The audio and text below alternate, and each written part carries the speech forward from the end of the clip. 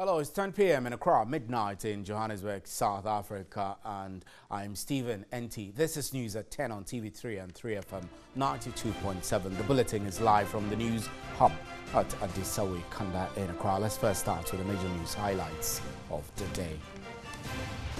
A former Deputy Attorney General, Dr. Dominic Ayeni, has filed a suit to challenge the nomination of Martin Amidu for the position of Special Prosecutor. Dr.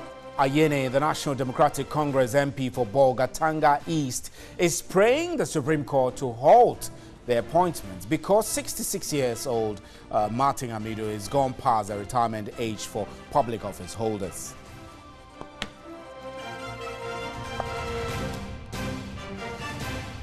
And President Akufo-Addo has begun assessing his ministers ahead of a possible reshuffle. The assessment committee is chaired by the President himself, with Vice President Dr. Mahamadou Bawumia and Chief of Staff Raymond Pari as members.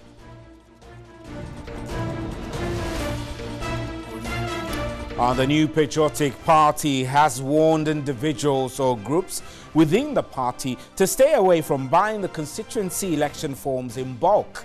At the launch of the Constituency Delegates Conference in Accra, the General Secretary, John Boedu, said such actions will not be countenanced since previous incidences have caused some challenges the party is still battling with.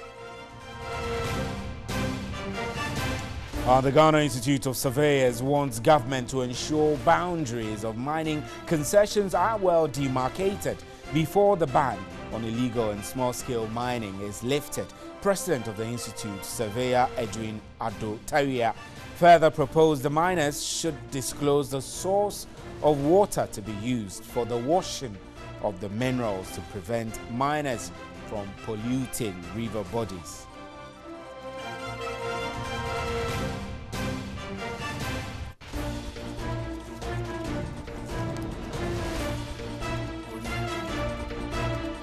Those were our major news highlights. Remember, we're streaming live on our Facebook page and on 3news.com. You can also hear us on 3FM 92.7. Let's start with our first story. A former Deputy Attorney General, Dr. Dominic Ayeni, has filed a suit to challenge the nomination of Martin Amidu for the position of Special Prosecutor. Dr. Ayeni, the National Democratic Congress MP for Bolgatanga East, is praying the Supreme Court to halt the appointments because 66-year-old Martin Amidu is gone past the retirement age for public office holders. This action comes barely 24 hours to the vetting of Martin Amidu by the Appointments Committee of Parliament. Dr. Ayeni is seeking some reliefs, among them including a declaration that a true and proper interpretation of Article 1901D, 1991, 1994 and 295 of the Constitution, the retirement age of all holders of public office created pursuant to Article 190D is 60 years, anyhow not beyond 65 years. And also a declaration that by a true and proper interpretation of Article 1901D and 1991, 1994 of the Constitution, no person above the age of 65 is eligible for employment in any public service created under 1901D.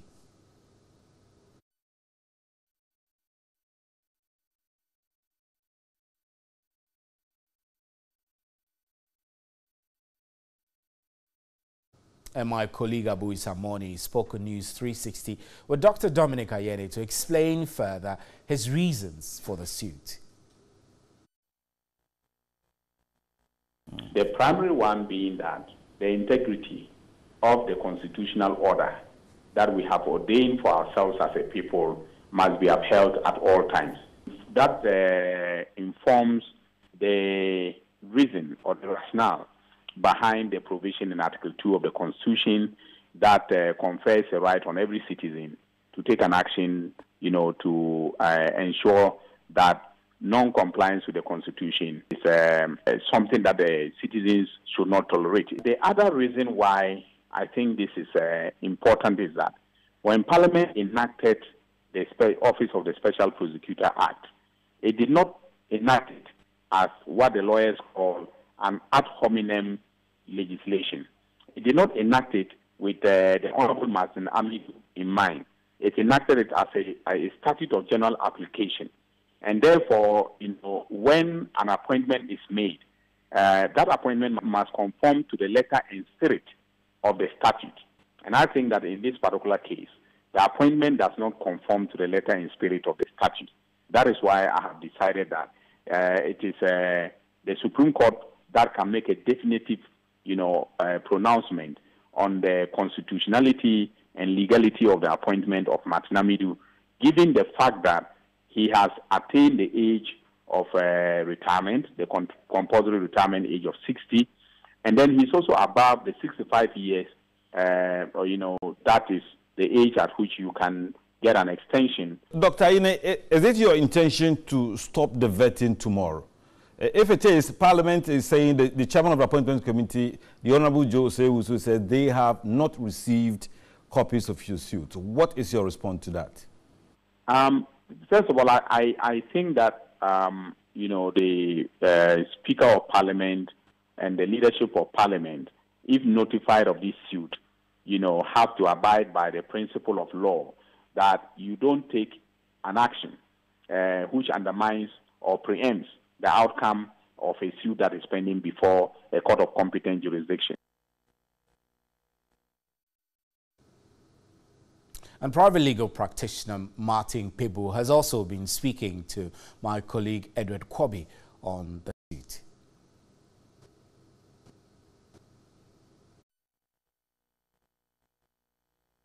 A former deputy attorney general is seeking or praying the Supreme Court to declare that Mr. Martin Amidu, who has been nominated as the special prosecutor, is unfit for office.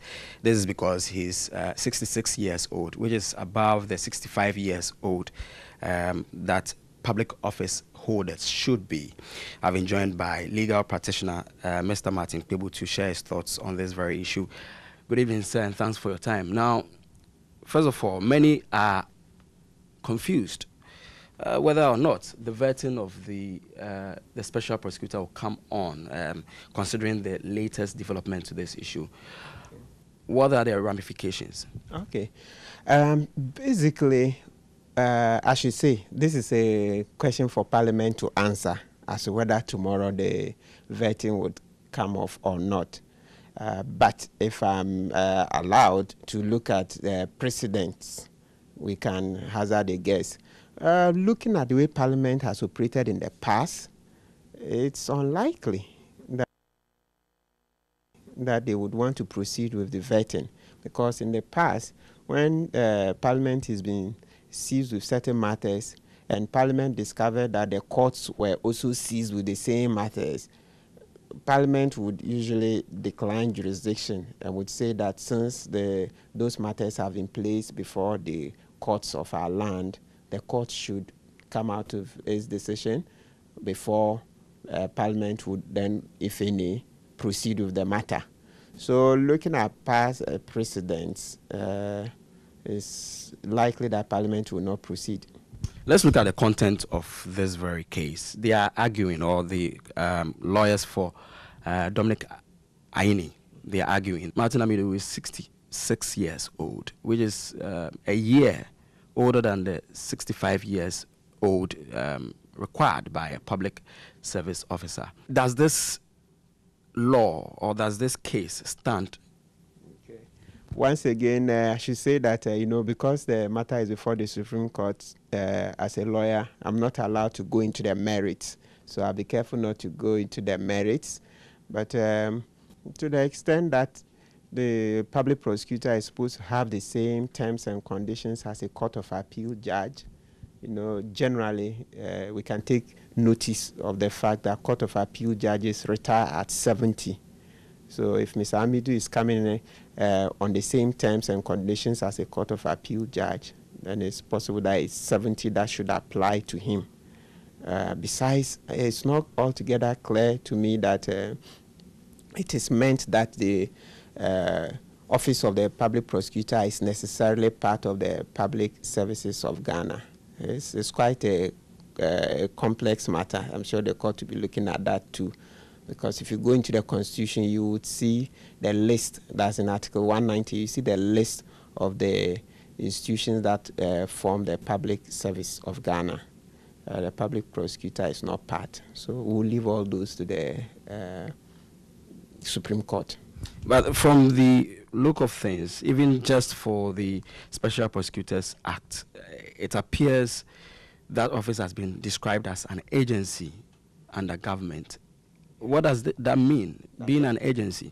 That's the point I was raising, that so it may well be that this is a special agency and not necessarily part of the public services of Ghana. Yes, so that is what I said. So the Supreme Court will look at that, because the Constitution in Article 190 has listed all the institutions that form the public services of Ghana, and that's where the age limit of 65 applies. But the public office of the public prosecutor is an agency. That's how it's been described. That is not part of that list of institutions in Article 190 of the Constitution. So let's see how the Supreme Court will deal with that matter. This is a legal tussle of a sort. Do you suspect that this will drag the entire process of confirming or getting a special prosecutor? And do you suspect this will take a longer period for the Supreme Court to adjudicate? Ordinarily, it would take time, but considering that the issue of tackling corruption is such an urgent one that in natural fact the public doesn't have any more patience with the legal maneuverings and all those, I would imagine that the Supreme Court will hear this case on a fast-track basis, faster than the other cases that have been filed before. Yes, considering that this is a very urgent national matter, yes, the court has the powers and would most likely use those to hear this matter very expeditiously, so that the way will be cleared as to whether he can assume office. This is still news at 10. We're live from the news hub at Adisawe Kanda, and you can hear us on 3FM 92.7. We'll be right back with more news. Please stay.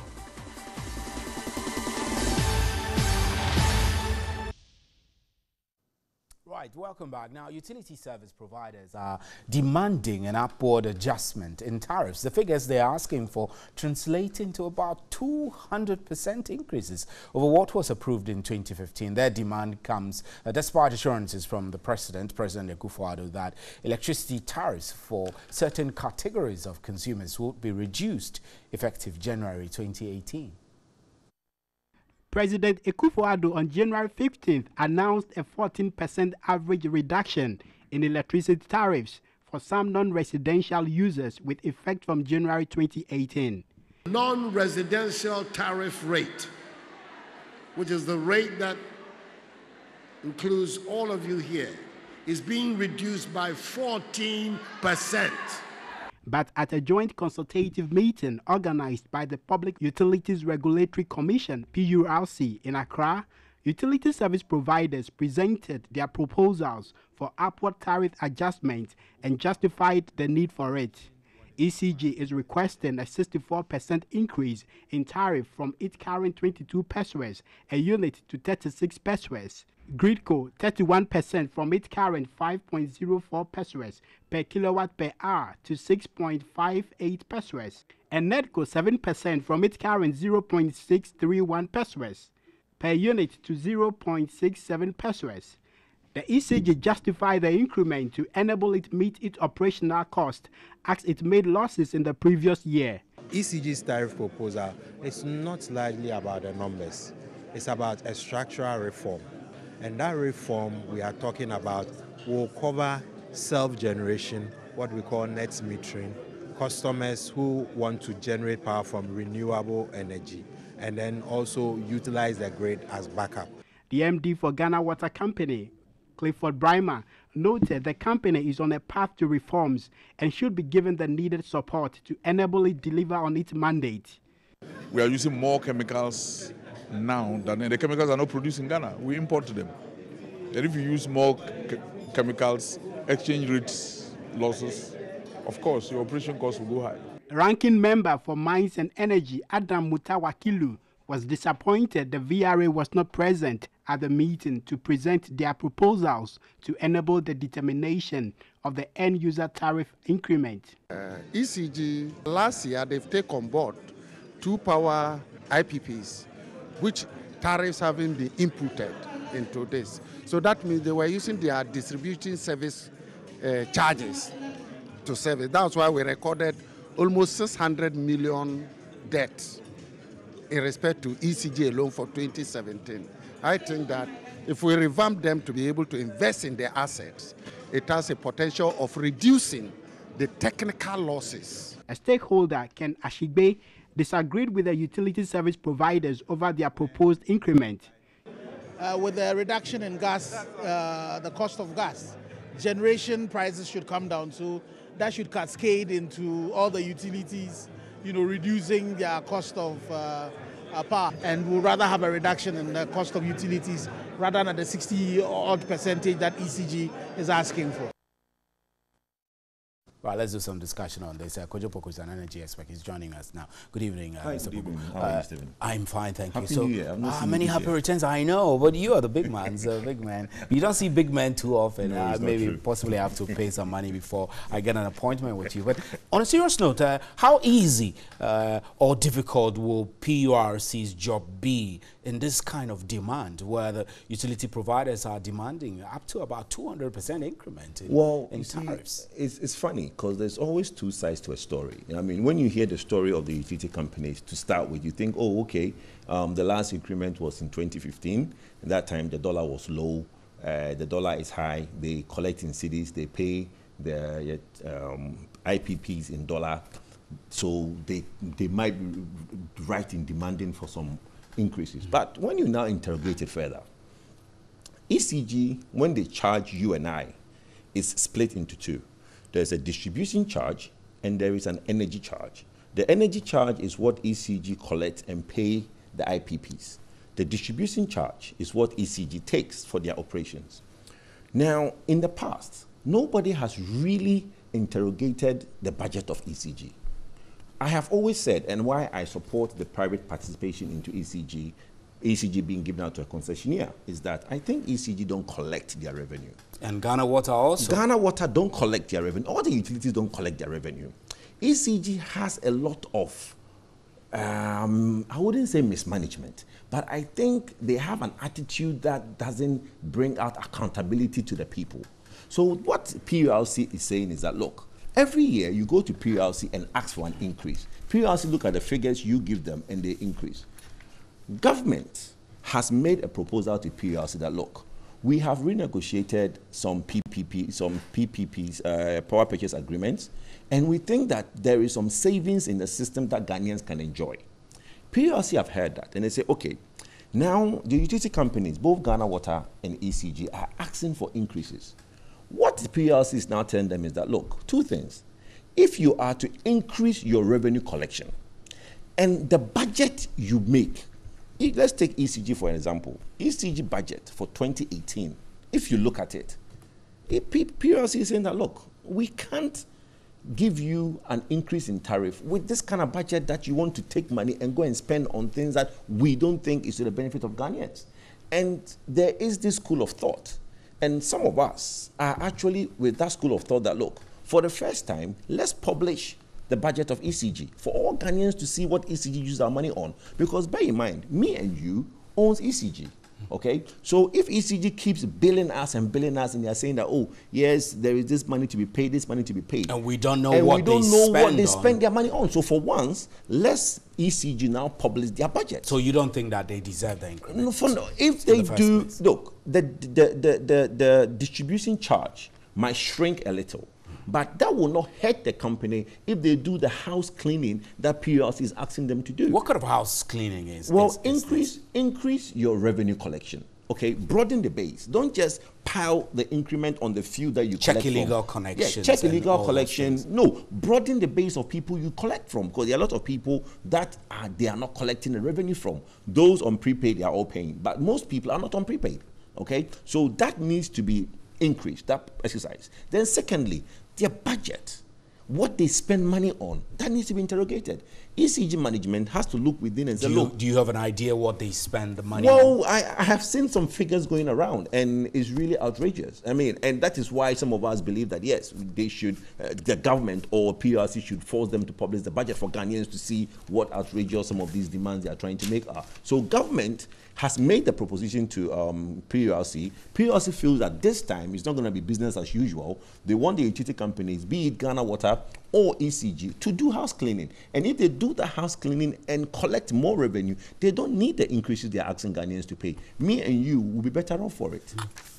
Look, I mean, the thing is that let's look at the figures. The ECG 164% increase from the current 22% unit, 22 Ghana cedis to 36 per unit. Gridco wants 31% increase. That's from 5 cedis per kilowatt per hour to 6 Ghana cedis per same unit. Wow.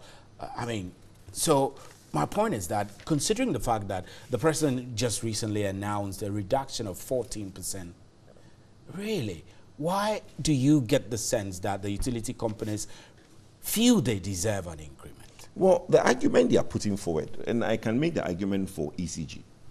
They are saying that, look, in 2015, when the announcement was made, there are 2 generations that have come on stream. Car Power and ASCA, which uses HFO, has come on stream, and they were not part of the basket to calculate the tariff at that time, which is true. Dollar at that time was less than $4 cedis to the dollar, which is true. But you see, the point is that it is not just an automatic going to now ask that, give me more money.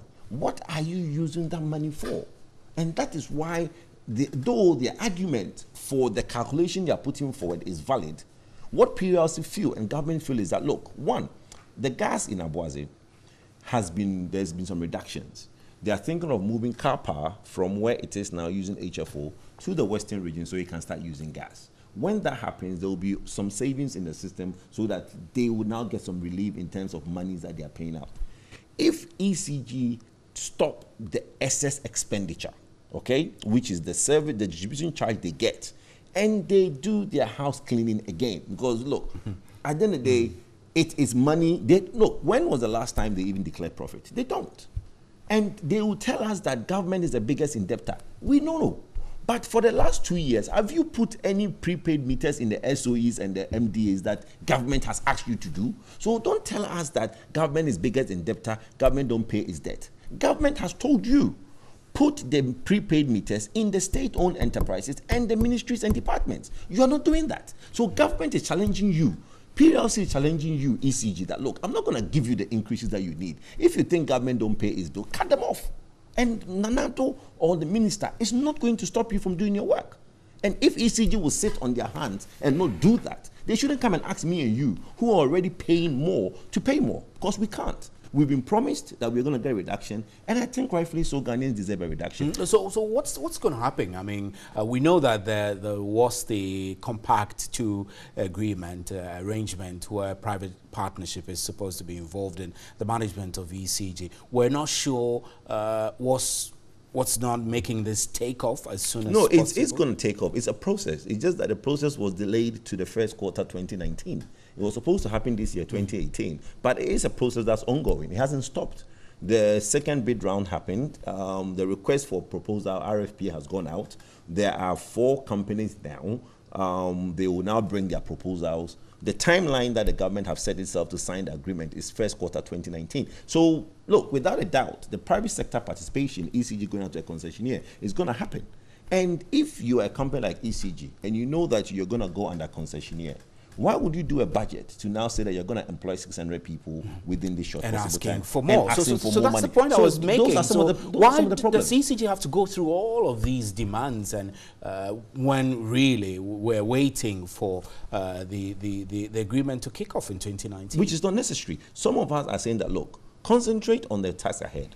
Reorganize yourself for the task ahead. Whether the union likes it or not, whether Ghanaians like it or not, whether me and you like it or not, that private sector participation is needed for us to have a better service. That is going to happen. So we are going to have that. And when we do have that, I am hoping that we'll get better services than we are getting now. What do you predict? Do you think that they're going to get the money, or Ghanaians are going to pay more? who's gonna pay more? Ghanaians oh no, PLC is not going to let it happen unless they are able to justify that yes, they've increased their revenue collection, they've done their housekeeping and reduced the ridiculous budget that they have for 2018, right, and then we can move forward. Mr. Kojofoku, we're grateful for your time. I wish we would have more time to talk about this. I'm Stephen Enti. We're grateful that you made time to watch and listen to us on News at 10. Those of you who tune into radio, thank you very much. On behalf of the crew, good night. There is more news at 3news.com.